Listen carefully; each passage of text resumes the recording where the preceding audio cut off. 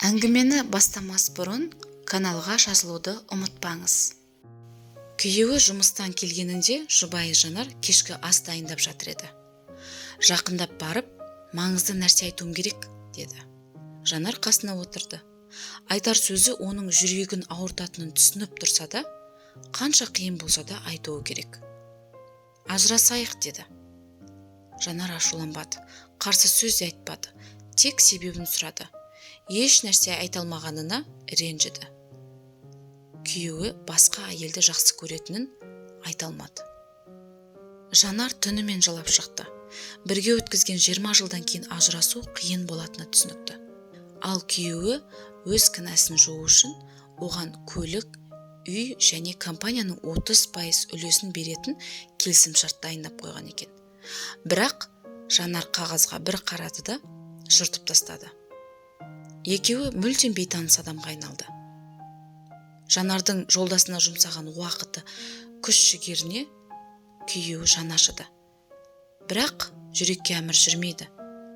Ол қазір басқа жанды сүйеді. Ләззатты жақсы көреді. Келесі күні үйге жолдасы кеш келді.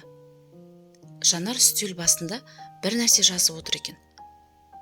Күйеуі ештеңе айтпай, бөлмесіне кіріп ұйықтап кетеді. Ертеңіне Жанар өз шартын ұсынады.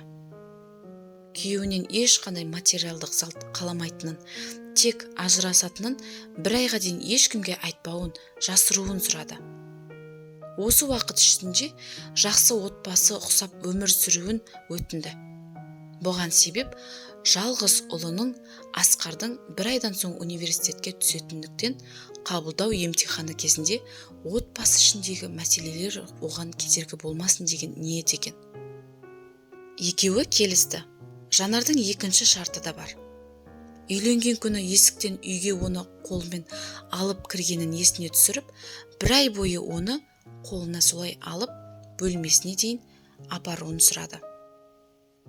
Басында есі ауысқан ба деп ойлады күйеуі. Бірақ өткен жылдың құрметіне үшін бұл шартына да келісті. Бұл туралы сүйіктісі Ләззатқа айтып еді, Ләззат мысқылдап күлді. Әйелін қиялы жан екен деп мазақ етті. Ақыры әйелімен ажырасатындықтан оған бұл шартын орындауға рұқсат берді. Жолдасы шартын орындауға кірісті. Бірінші күні еш сезімі қалмаған әйелін құшағын алу қиынға соғады.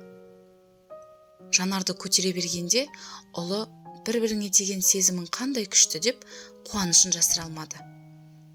Бұл сөздер күйеуінің ішін күйдірсе де, келіскендей болып үндемей құшағына алып әйелін бөлмесіне апарады.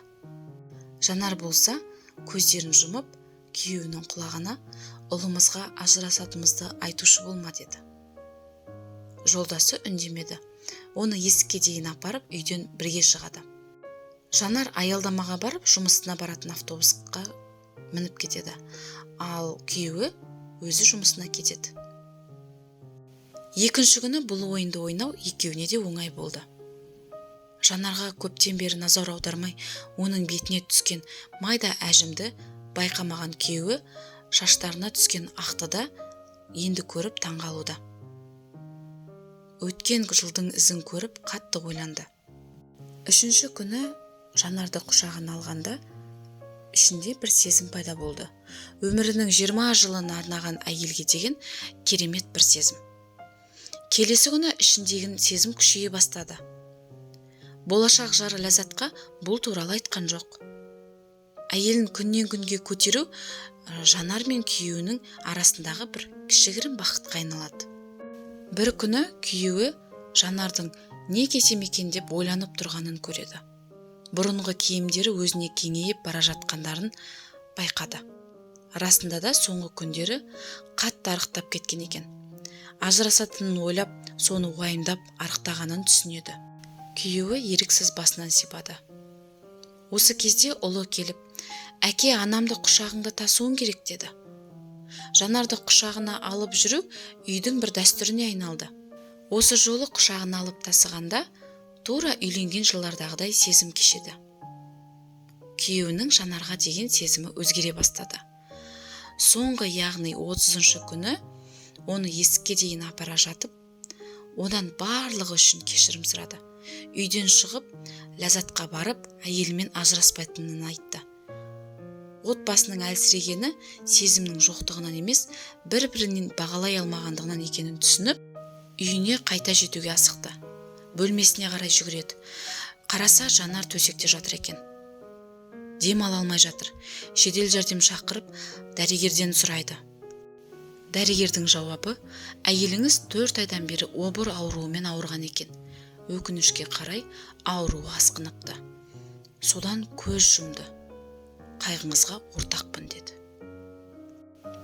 Күйеуі қатты өкініп жылады. Басқамен жүріп, әйелінің обыр ауруымен ауырып арпалысқанын да білмей қалған екен.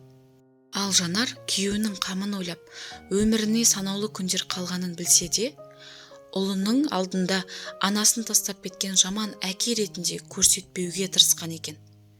Ең болмағанда ұлының есінде жақсы әке, жақсы жұбай болып қалуын қалаған екен. Қадірімді білмеген қадірлім-ау, қабірімді құшақтап жылап қалма деген сөз осы тұста айтылуы тиіс. Жаныңызда жүрген жандарды жоғалтқан соң емес, тірі кезінде бағалаңыз.